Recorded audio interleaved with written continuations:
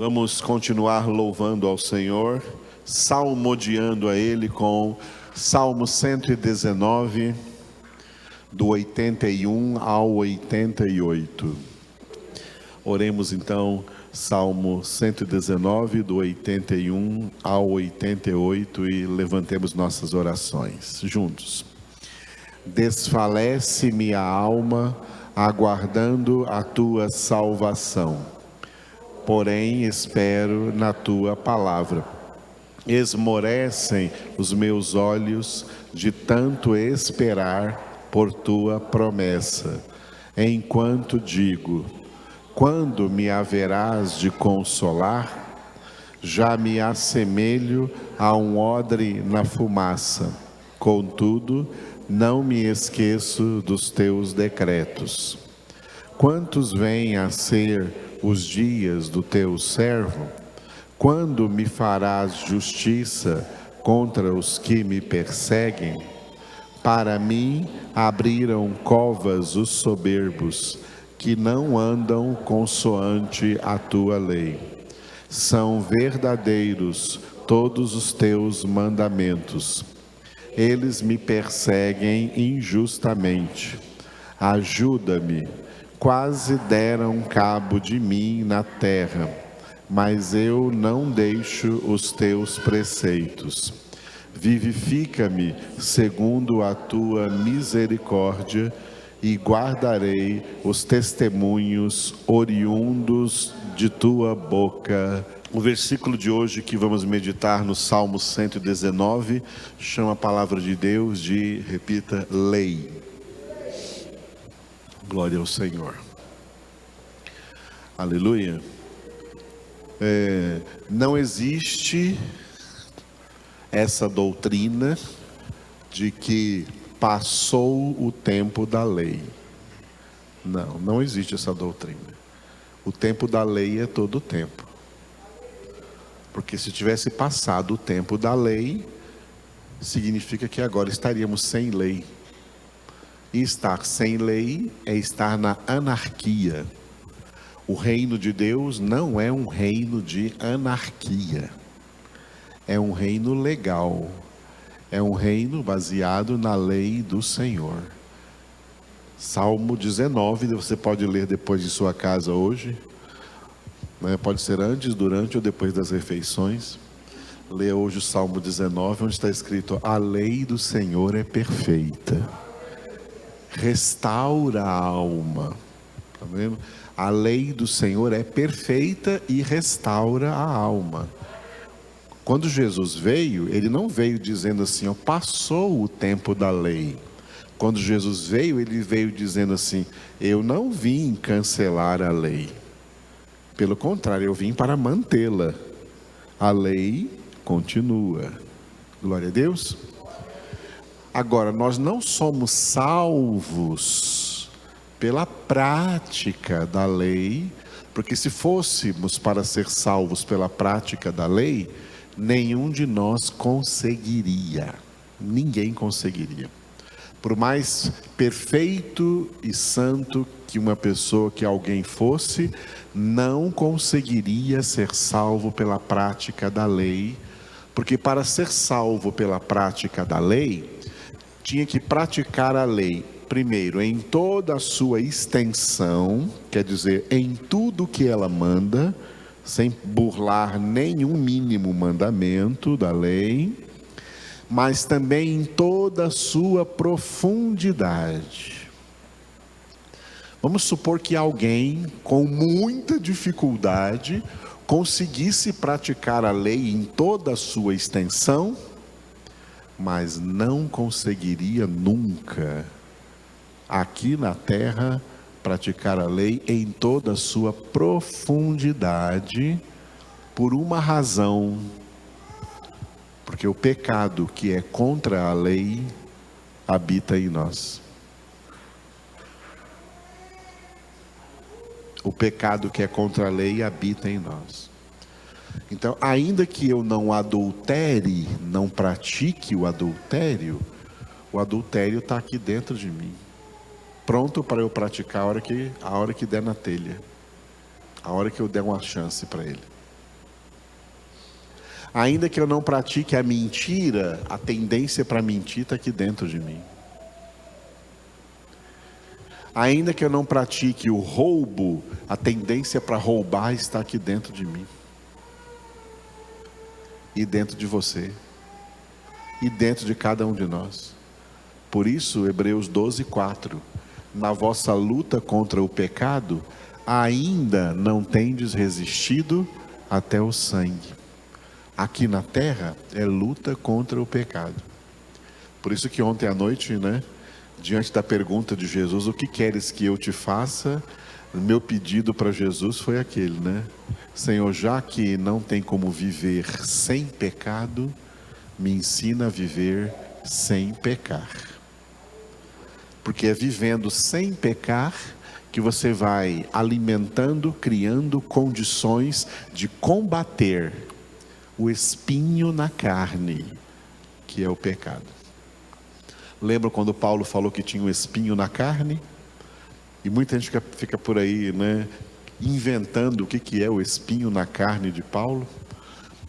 Tem que inventar nada não, o espinho na carne, espinho na alma de Paulo é o mesmo espinho na nossa, é o pecado, com o qual nós temos que lutar, porque esse é um dos nomes da santificação, é a luta contra o pecado até o fim da vida. Aquele que perseverar nessa luta, nessa santificação, até o fim, esse será salvo. E como é que nós tratamos o pecado, esse espinho na nossa carne? Nós tratamos com a cruz. Por isso Jesus disse que alguém quer me seguir, negue a si mesmo, tome a sua cruz e siga-me. A cruz é justamente para crucificar a carne. Gálatas 5:24, os que são de Cristo Jesus crucificaram a carne com suas paixões e concupiscências. Usando uma linguagem mais atual, o pecado que tem dentro de você é sua responsabilidade reprimi-lo. Reprima o pecado dentro de você e não deixe ele se transformar em ato, em prática. Porque se você deixar, aí você pecou e o salário do pecado é a morte. Deus não leva mais em consideração o seu pecado se você não praticar. Se você o reprimir, se você disser não para ele, por causa da lei do Senhor que é santa, por causa da palavra do Senhor que é santa, e que você, uma vez convertido, o que você quer na vida é praticar a palavra de Deus. Aquele que ouve as minhas palavras e pratica, edifica sobre a rocha. O que ouve e não pratica, edifica sobre a areia. Então, é praticando a palavra de Deus que nós somos firmados sobre a rocha, que Jesus faz o que ele disse em Mateus 16:18: sobre esta pedra edificarei a minha igreja e as portas do inferno não prevalecerão contra ela. Glória a Deus. Olha, isso faz parte da natureza humana. Aquilo que você aprende a praticar, a sua alma vai levando você a querer praticar mais. Isso vale tanto para o lado mal como para o lado correto. Se você peca, a sua alma vai querer pecar mais. É igual uma droga. O drogado começa com uma dose pequena, mas depois ele tem que aumentar a dose. A alma é desse jeito. A alma tem essa tendência. Quanto mais você peca, mais ela vai querer te levar para o pecado. Quanto mais você, ao invés de pecar, santifica a sua vida, o seu espírito se alegra e o Espírito Santo também, e edifica a sua alma, e vai sentir que isso é tão bom, E por sentir que isso é tão bom, por ter a experiência de que isso é tão bom, você começa a desejar não pecar nunca mais, porque o pecado faz um mal terrível para nós.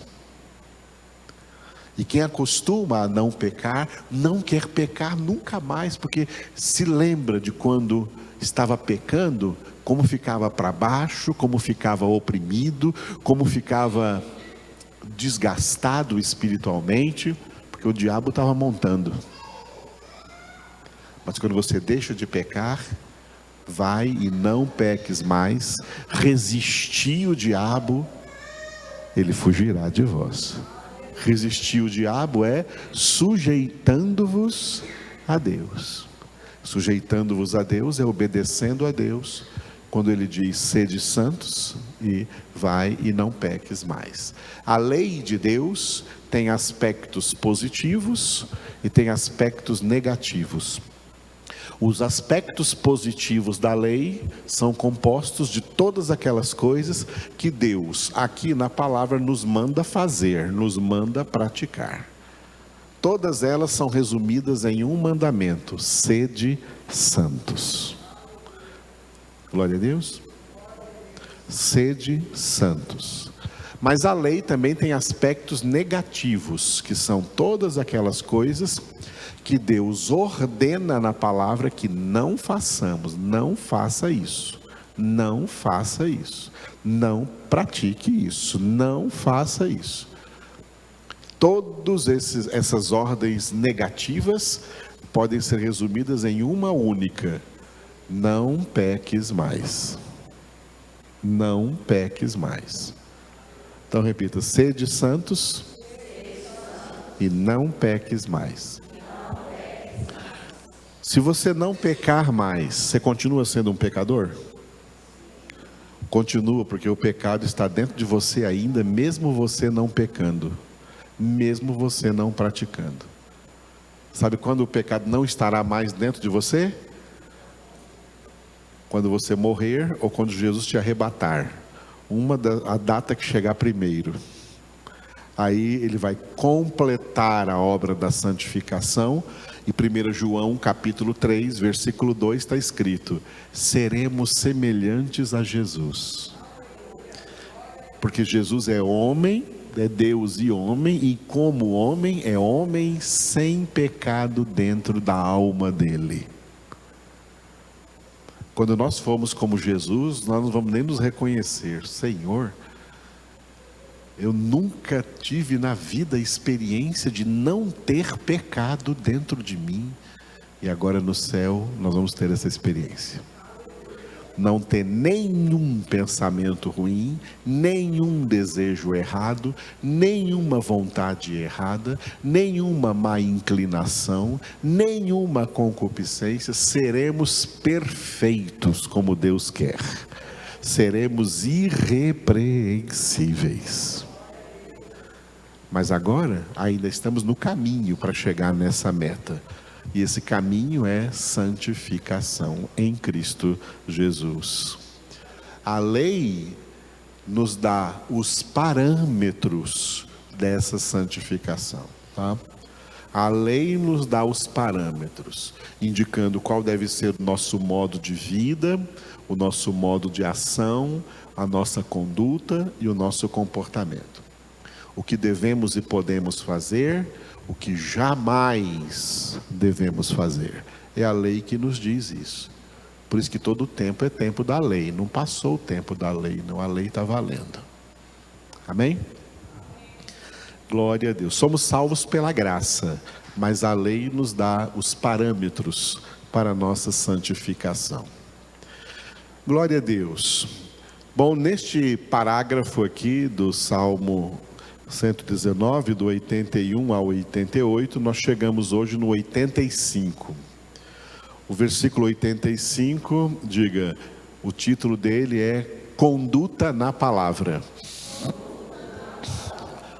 A palavra de Deus foi revelada para ser a norma de conduta dos filhos de Deus.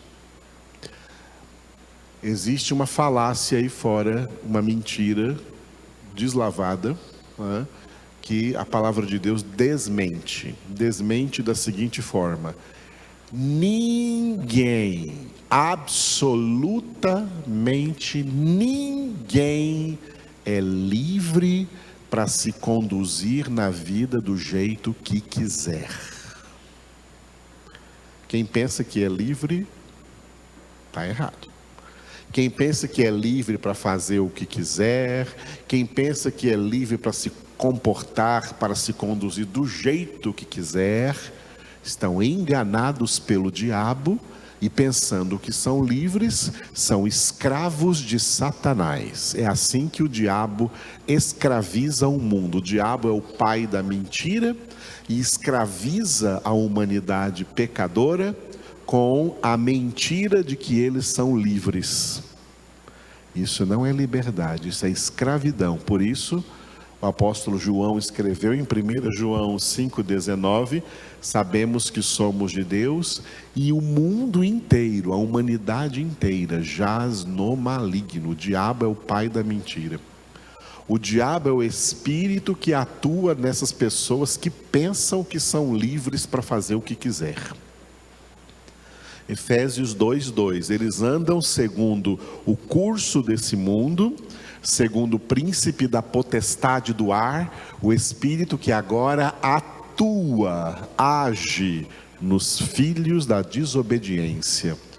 Filhos da desobediência são todos que são desobedientes à Bíblia, desobedientes à palavra de Deus e não andam conforme a palavra de Deus, não se conduzem conforme a palavra de Deus, não se comportam conforme a palavra de Deus. O espírito que atua neles não é o Espírito Santo, o espírito que atua neles é o diabo. Esse é o verdadeiro conceito de possessão demoníaca, de possessão diabólica. Possessão vem de posse. Essas pessoas são possuídas pelo diabo porque elas pertencem a ele, pelo seu pecado e pela sua desobediência a Deus e pelo seu pensamento libertino de que pode viver do jeito que quiser e fazer o que quiser, é livre para isso. Ninguém é livre para isso. A palavra de Deus foi revelada do céu à terra para delinear a todos os homens qual deve ser a nossa conduta. A nossa conduta é de acordo com a palavra de Deus. O espírito maligno da religiosidade no mundo faz com que as pessoas desejem, queiram as bênçãos de Deus. Todo mundo quer ser abençoado. Todo mundo quer ser abençoado em todas as áreas. Todo mundo quer ser abençoado, mas não quer obedecer a Deus. Isso é uma incoerência total. Deuteronômio 28 foi escrito para dizer que quem obedece é abençoado, quem desobedece é amaldiçoado. Não tem bênção sobre quem está na desobediência. Quem está na desobediência, o resultado disso é maldição. E não existe quebra de maldição fora de uma verdadeira conversão. Converter-se a Deus, converter-se a Cristo, é converter-se, é voltar-se para a palavra de Deus para obedecê-la. E ao obedecer a palavra, aí você é abençoado em casa, abençoado no campo, abençoado a tua sementeira, abençoado o teu cesto. Tudo na sua vida é abençoado, tá? Porque recebemos em Cristo graça sobre graça, recebemos em Cristo bênção sobre bênção, por meio da obediência à palavra de Deus. Todo filho de Deus tem consciência disso. Eu não sou livre para me conduzir do jeito que eu quiser. Eu tenho a obrigação, não só moral, mas principalmente espiritual, de me conduzir de acordo como Deus me manda, me ordena aqui na sua palavra. Aí essa é a verdadeira liberdade. A verdadeira liberdade é a obediência.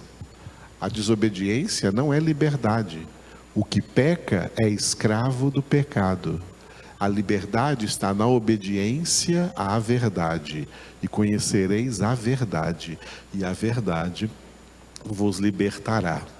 A verdadeira liberdade é ser livres do estado de condenação. É ser livres do salário do pecado, que é a morte. É ser livres do império das trevas. Ser livres do diabo. Ser livres da carne, para servir a Cristo, para ser servos e servas de Cristo, nos conduzindo de acordo com a palavra do nosso Deus. Amém?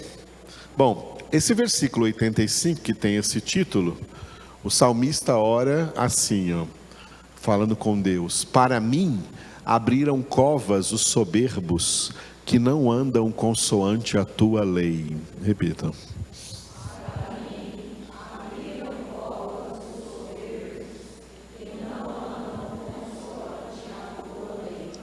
Esse versículo em português aqui não está muito diferente do texto hebraico original, que é esse daí, com essas palavras que foi escrito: Karuli Zedim, Shirot Asher Lohetorá Terra.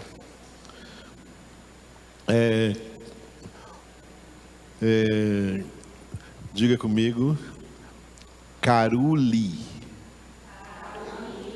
Bom, aqui é assim, karu em hebraico é o verbo cavar, e li é para mim. Então, karuli é cavaram para mim. A outra palavra, diga zedim. Zedim está correto, igual na nossa Bíblia, são os soberbos. Se você pegar só as 3 primeiras letras ali, o Z, o E e o D, zed em hebraico é soberbo no singular, e o plural é o in. In em hebraico sempre é plural. Então, zedim, em português é S, né? Soberbo, soberbos. Não, em hebraico é im, é o plural. Zedim, soberbos. Então, cavaram para mim os soberbos. Próxima palavra, diga shirot. Shirot, na verdade, literalmente não é covas. Literalmente, porque covas dá a ideia de aquilo que tem no cemitério, né? Uma cova, um túmulo, cavaram um túmulo, né? Mas cavaram para mim buracos. Ou seja, como se fossem... Eles fizeram armadilhas para eu cair dentro delas, tá? Eles cavaram para mim armadilhas para eu cair dentro delas. Diga, Asher. Quem são esses soberbos? Soberbos que, esse que aí é o Asher. Aí na última linha, lo. Lo é não, tá? Lo é não.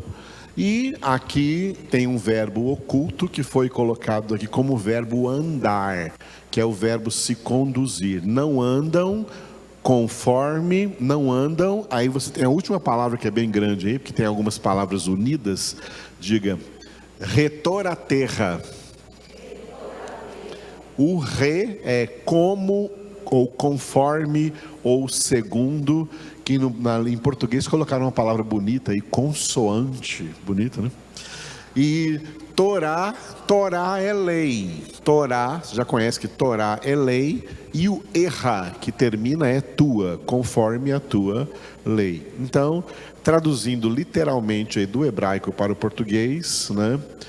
Para mim cavaram covas, pode ser buracos, pode ser cisternas, os soberbos, que não andam conforme a tua lei. Repitam.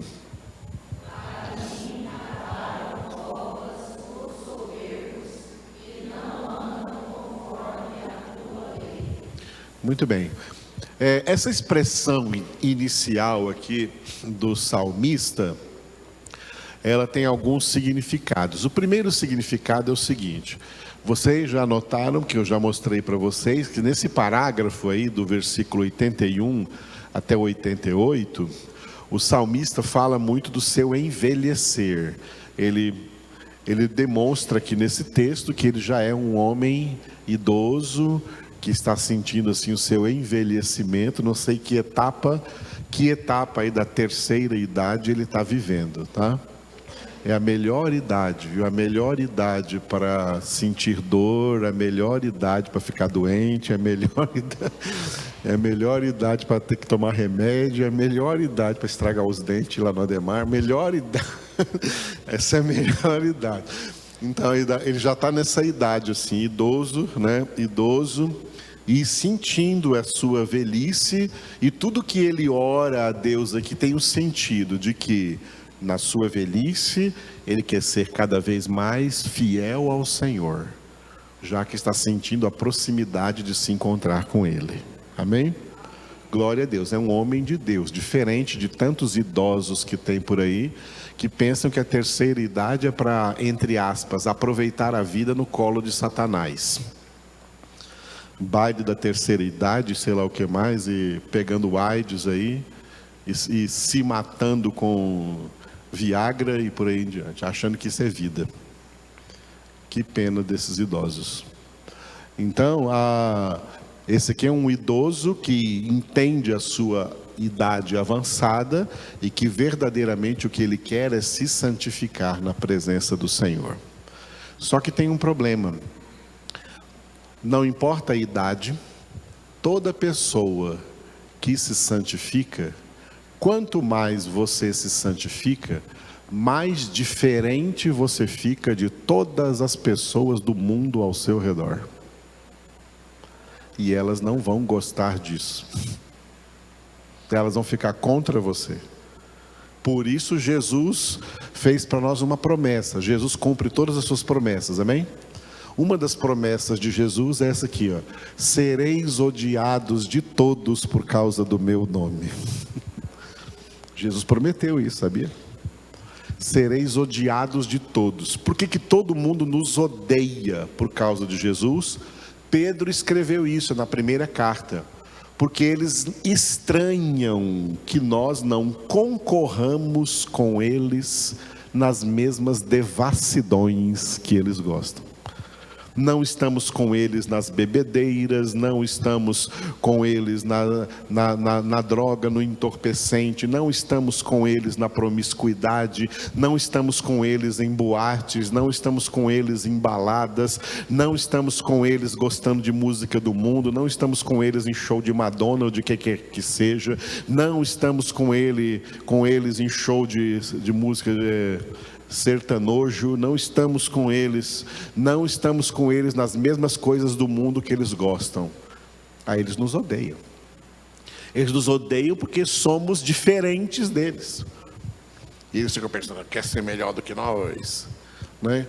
Nos odeiam porque não concorremos com eles nas mesmas devassidões, não andamos no pecado porque nós andamos conforme a palavra de Deus, porque a nossa casa é no céu, é vida eterna. Não queremos vida aqui na terra. Aquele que quiser ganhar sua vida aqui na terra, perdê-la-á para a eternidade.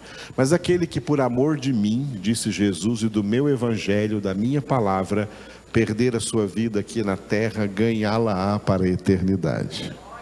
Então a nossa vida aqui na terra está, Colossenses 3, oculta juntamente com Cristo em Deus. Quando Cristo, que é a nossa vida, se manifestar, também nós seremos manifestados com Ele em glória. Aí a nossa vida verdadeiramente estará estabelecida na eternidade com Deus.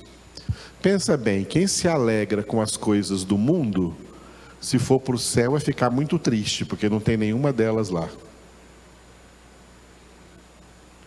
O que vai fazer no céu quem gosta do mundo e das coisas do mundo? Não tem o que fazer lá, porque lá no céu não vai ter nada das coisas que ele gosta aqui no mundo. Vai ficar um cara triste lá no céu, Cadê o meu time? Não está aqui. Cadê o meu futebol? Não está aqui. Cadê o meu baile? Não está aqui. Cadê aquela dupla sertaneja? Não está aqui. Está com Satanás lá no inferno.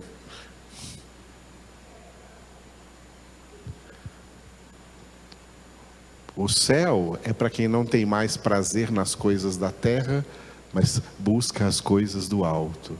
Se fostes ressuscitados juntamente com Cristo, Colossenses 3, buscai as coisas lá do alto. Pensai nas coisas que são lá de cima e não nas que são aqui da terra, porque morrestes e a vossa vida está oculta juntamente com Cristo em Deus. Quando Cristo, que é a vossa vida, se manifestar, então também vós sereis manifestados com Ele em glória. Aleluia. Quem é de Deus não ama mais as coisas aqui da terra. 1 João 2, 15 a 17. Não ameis o mundo e nem as coisas que há no mundo, porque se alguém amar o mundo, o amor do Pai não está nele. O amor de Deus não está nele. Porque tudo mesmo, tudo o que há no mundo é a concupiscência da carne, a concupiscência dos olhos e a soberba da vida. O mundo passa, bem como a sua concupiscência, mas o que faz a vontade de Deus permanece eternamente. A vontade de Deus é a nossa santificação. Santificação significa separação. Deus nos separou pela conversão. Colossenses 1, 13 e 14, Deus nos separou, nos libertou do império das trevas e nos transportou para o reino do Filho do seu amor, no qual temos a redenção, a remissão dos pecados. Santificação começa com a conversão. É uma separação, no qual nós somos separados de tudo que é do mundo. Separados pela cruz da santificação, que Paulo disse em Gálatas 6,14. Longe esteja de mim gloriar-me, senão na cruz de nosso Senhor Jesus Cristo, pela qual o mundo está crucificado para mim e eu estou crucificado para o mundo. Há uma separação. Essa é a diferença entre cristãos verdadeiramente espirituais e falsos cristãos, porque são cristãos religiosos.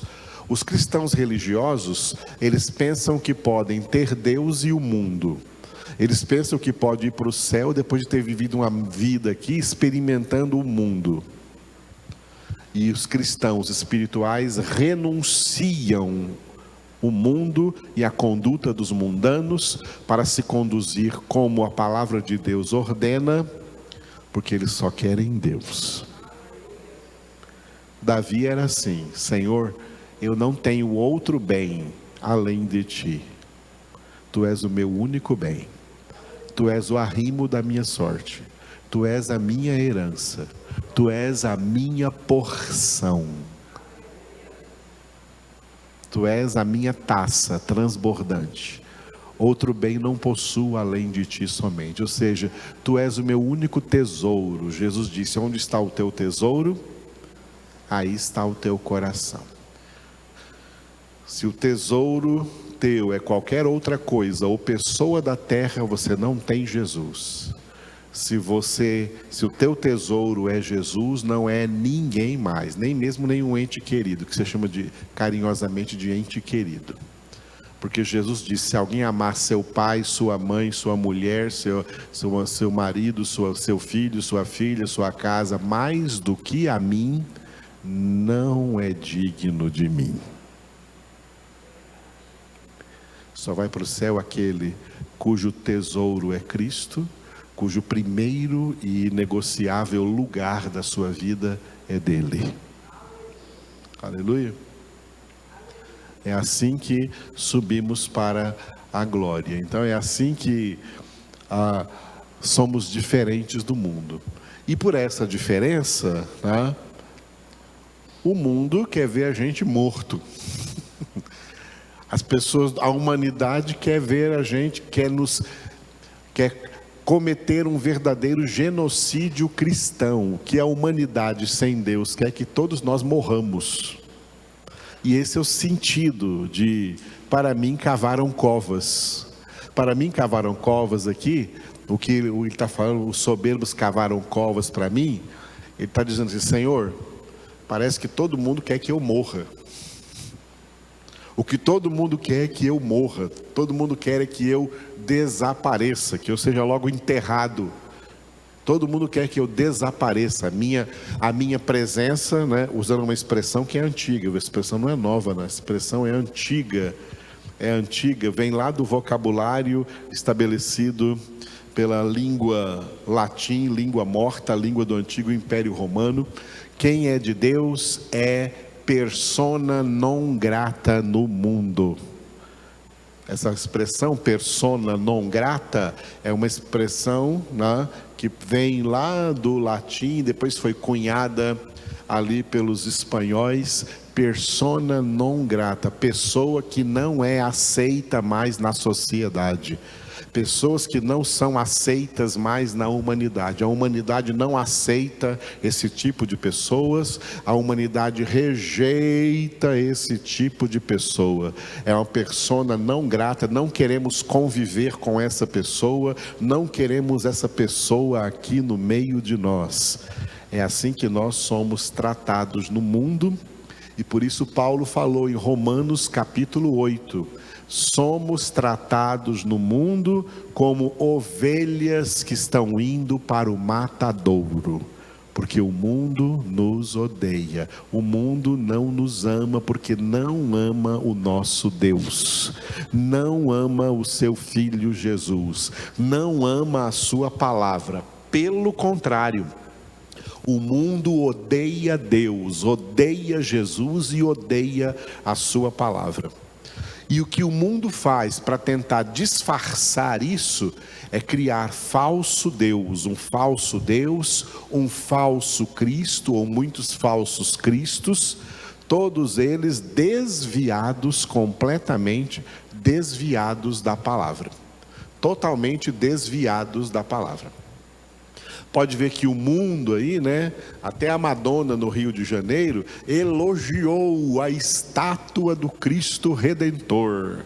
Ah, isso é cristianismo? Não, aquele Cristo Redentor lá no Rio de Janeiro é a mesma coisa de uma estátua que Nabucodonosor levantou e obrigou todo mundo a se ajoelhar aos pés dela, mas Ananias, Azarias e Misael, Sadraque, Mesaque e Abednego não se prostraram, porque eles só se prostram diante de Deus.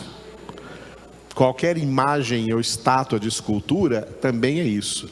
Estátua de Cristo não é Cristo, é um falso Cristo, porque o nosso verdadeiro Cristo não é estátua. O nosso Cristo é um Deus vivo e verdadeiro, Senhor do céu e da terra, Rei dos reis e Senhor dos senhores, que tem toda a autoridade sobre o céu e a terra, cujo nome é o único nome dado entre os homens, pelo qual importa que sejamos salvos, e todo joelho vai se dobrar e toda língua vai confessar para a glória de Deus Pai que Jesus Cristo é Senhor.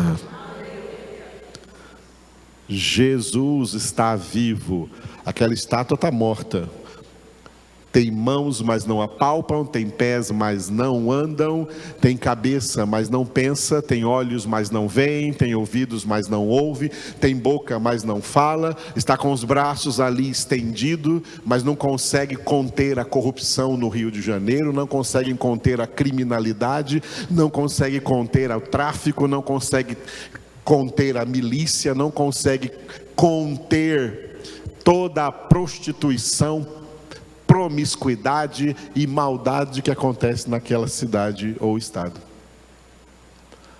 Aquele Cristo Redentor com o braço estendido está fazendo alguma coisa ali?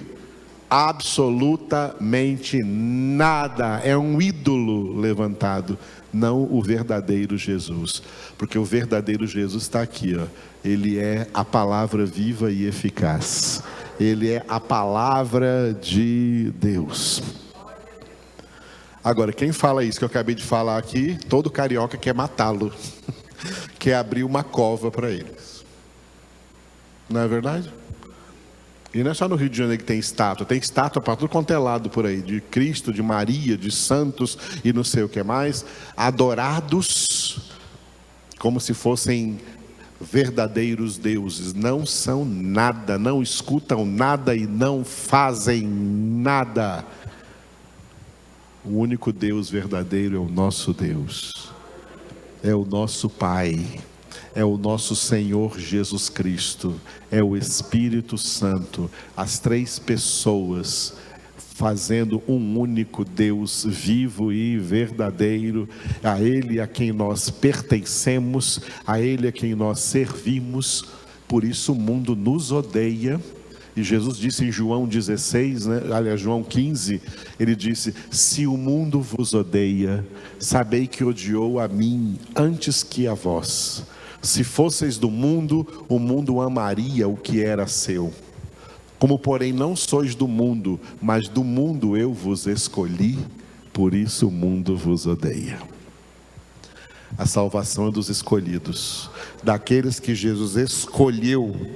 Do mundo eu vos escolhi, não fostes vós que me escolhestes, eu é quem escolhi a vós e vos constituí para que vades e deis fruto, e o vosso fruto permaneça. Esse é o fruto do Espírito Santo, fruto de santidade, fruto que aparece na nossa conduta bíblica, a nossa conduta segundo a palavra de Deus.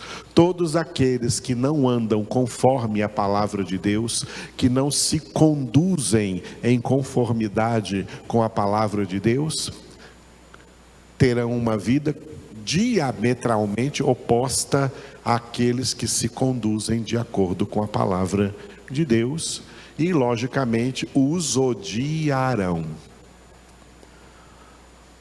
E aqueles, como este salmista, que anda conforme a lei do Senhor, que se conduz conforme a palavra de Deus, tá? Todos que se assemelham a Ele, serão sempre na terra, sempre foram, são agora e serão sempre na história da humanidade aqui na terra, a menor de todas as minorias. A menor de todas as minorias.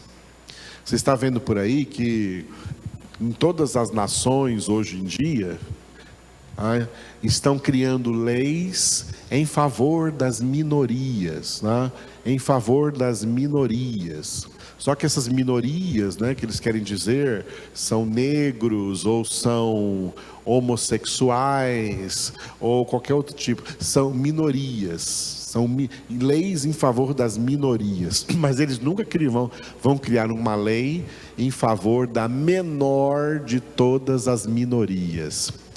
A menor de todas as minorias são os poucos escolhidos de Deus. É a menor. Mateus 22:14. Mateus 22:14. Muitos são chamados, mas poucos escolhidos. Esses poucos escolhidos são os mesmos poucos que entram pela porta estreita e andam pelo caminho apertado. Mateus 7:13-14. Entrai pela porta estreita, porque larga é a porta e espaçoso o caminho que conduz à perdição, e são muitos os que entram pela porta larga. Estreita, porém, é a porta e apertado o caminho para a vida, e são poucos os que entram por essa porta. Essa porta é Jesus. João 10:9. Eu sou a porta. Esse caminho apertado é Jesus. João 14:6. Eu sou o caminho. São poucos. Por isso são poucos os escolhidos. E em toda a história da humanidade, essa é uma realidade para todas as épocas. Esses poucos escolhidos é a menor de todas as minorias que há no mundo. E o mundo odeia essa minoria, e o mundo quer extirpar da face da terra essa minoria. O mundo quer mandar essa minoria todinha para a cova. É assim que sempre trataram essa minoria na história. Antes de Cristo, profetas e justos, homens e mulheres de Deus, foram perseguidos, mortos, martirizados por causa da sua fé. Jesus, Filho de Deus no mundo, ao invés de ser amado, porque é o Filho de Deus, foi odiado, foi perseguido, foi caluniado, foi entregue à morte, sem ter nenhum pecado. Foi condenado como o pior de todos os criminosos, porque é assim que eram os crucificados, julgados os crucificados, pior de todos os criminosos. Criminosos menos, de menor periculosidade, tá? Eram condenados a outros tipos de morte, não a morte de cruz. Eram condenados a outros tipos de pena de morte, que eram penas mais misericordiosas, que as pessoas morriam sem sofrer tanto. Mas assassinos, criminosos de maior periculosidade eram condenados à crucificação, porque era uma pena de morte acompanhada de um longo sofrimento e de humilhação e de vergonha até morrer. E foi assim que fizeram com Jesus.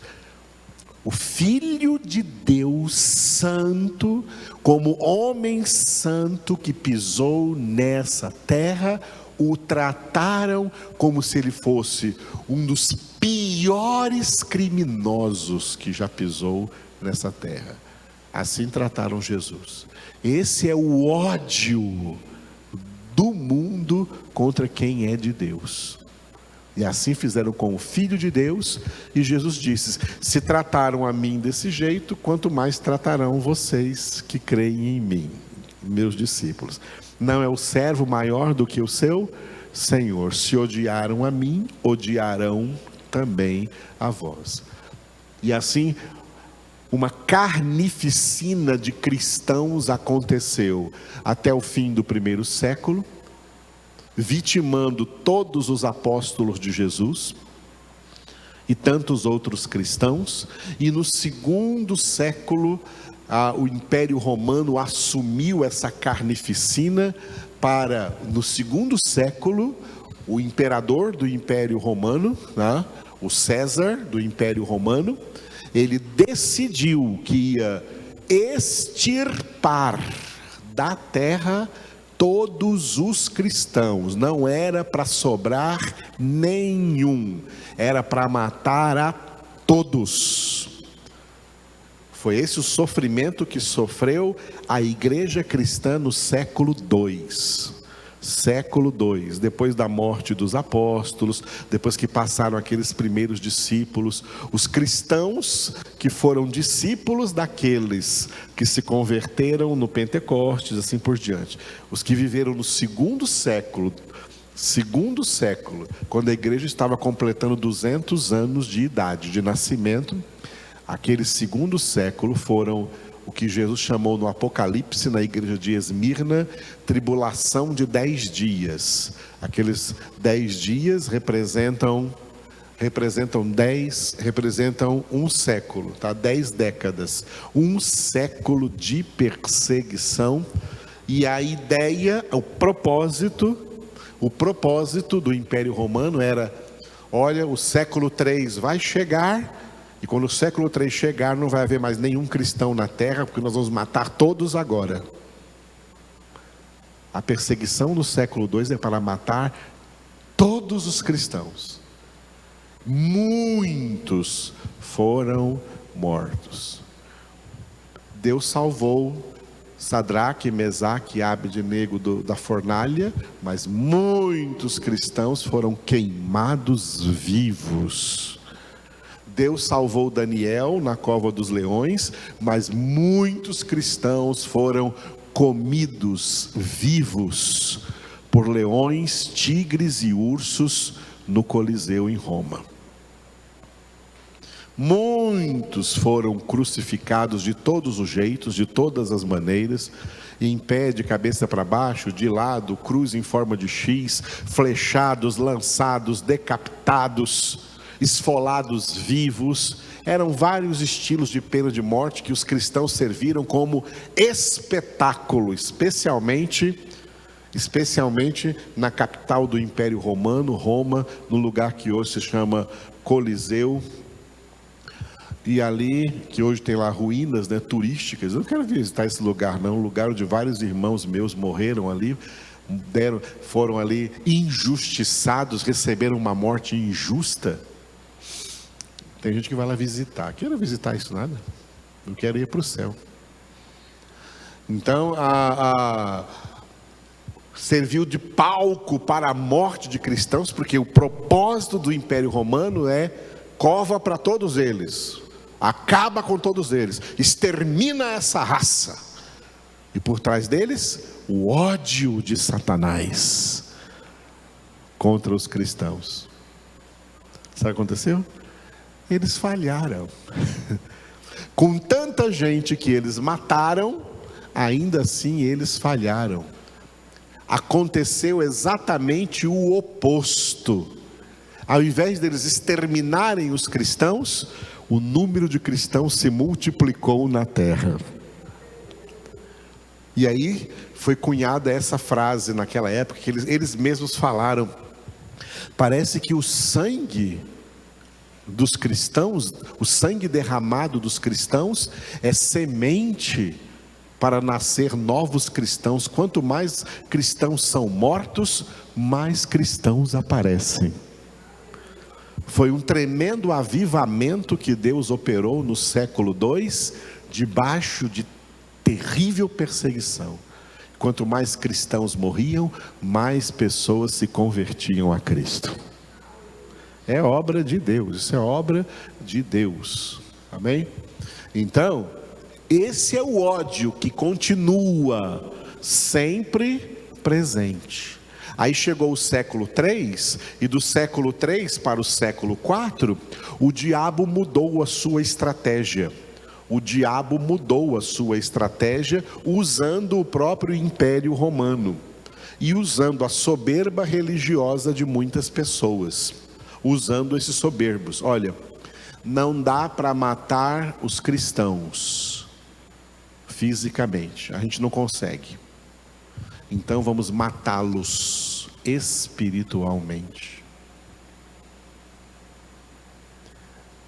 E aí o diabo, através do imperador Constantino Romano, conseguiu seduzir os bispos da igreja cristã de Roma, e eles fizeram aliança. Foi quando a igreja cometeu a promiscuidade religiosa de se aliar com a política, se aliar com o Estado.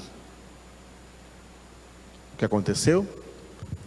O nascimento do catolicismo romano. Séculos de trevas com um falso cristianismo. Catolicismo romano é falso cristianismo, não é verdadeiro cristianismo, não é obediente à palavra de Deus.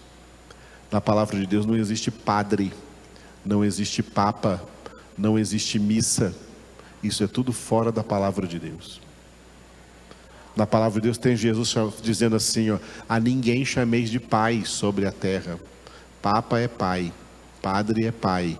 A ninguém chameis de pai sobre a terra, porque um só é o vosso Pai que está no céu. E vós sois todos irmãos. Os bispos de Roma caíram na tentação e conseguiram mais vitória na morte espiritual dos cristãos do que o Império Romano na morte física dos cristãos do século II. E isso foi massacrando o cristianismo na face da terra por muitos séculos, até chegar 1517, Deus levantar Martinho Lutero, que era inclusive um padre católico, que renunciou a ser padre para dizer assim: olha, não quero mais ser padre não, eu quero só Bíblia. Sola Escritura, nós só precisamos da palavra de Deus. E aí aconteceu o grande avivamento da reforma protestante. A palavra de Deus é a nossa única regra de fé e prática, é a nossa lei. Nós andamos de acordo com a palavra de Deus, a nossa conduta é de acordo com a palavra de Deus, e por isso o mundo nos odeia. Por isso o mundo nos odeia. Como ninguém conseguiu, porque já houve tentativas lideradas pelo catolicismo romano, como um lugar, uma data que se chama Noite de São Bartolomeu, que tentaram matar, católicos tentaram matar todos os protestantes que existiam na face da terra. Ficou marcado esse dia como a noite de São Bartolomeu, um santo católico que eles celebravam, e na festa desse santo, os católicos saíram armados por ordem do Vaticano, por ordem do Papa e dos bispos católicos e dos padres, armados para entrar na casa de quem fosse protestante e matá-los, matar todos. Como falharam, o Império Romano falhou no século II, também falharam, porque o protestantismo se espalhou sobre toda a face da terra. Só que, na última década para cá, o diabo também mudou de estratégia. Já que não dá para matar os protestantes fisicamente, vamos matá-los espiritualmente. Aí trouxe um monte de heresias para dentro das igrejas protestantes, tornando esses evangélicos em crentes em mentiras, crentes em heresias e não crentes na palavra. Hoje nós temos uma multidão de evangélico que não quer nem saber de Bíblia, nem nunca leram Bíblia uma vez sequer na vida, mas creem em um monte de mentiras. São evangélicos falsos e vão para o inferno, porque evangélico verdadeiro é quem crê na Bíblia, quem crê na palavra, quem vive de acordo com a palavra de Deus, quem conduz a sua vida de acordo com a verdade. Jesus é a verdade. E o mundo vai continuar nos odiando até o fim.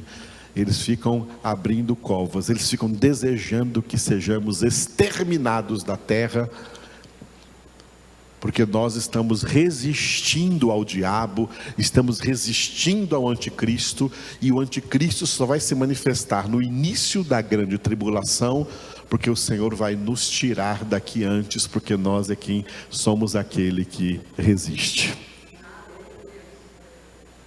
Glória a Deus. Que bom, né? Esse histórico todo, né? Esse histórico todo que eu passei para vocês, é para trazer para nós justamente essa lição, tá? Você está sendo muito amado aí no mundo, você está com um problema, hein? Diante de Deus, hein? Estão te amando demais, estão gostando demais de você aí no mundo, você está com um problema diante de Deus. É porque você está igualzinho a eles. O mundo ama o que é seu. Está sendo odiado no mundo por causa de Cristo? Aleluia! Então é um sinal de que você está sendo transformado cada vez mais na imagem do Filho de Deus, a fim de que ele seja o primogênito entre muitos irmãos.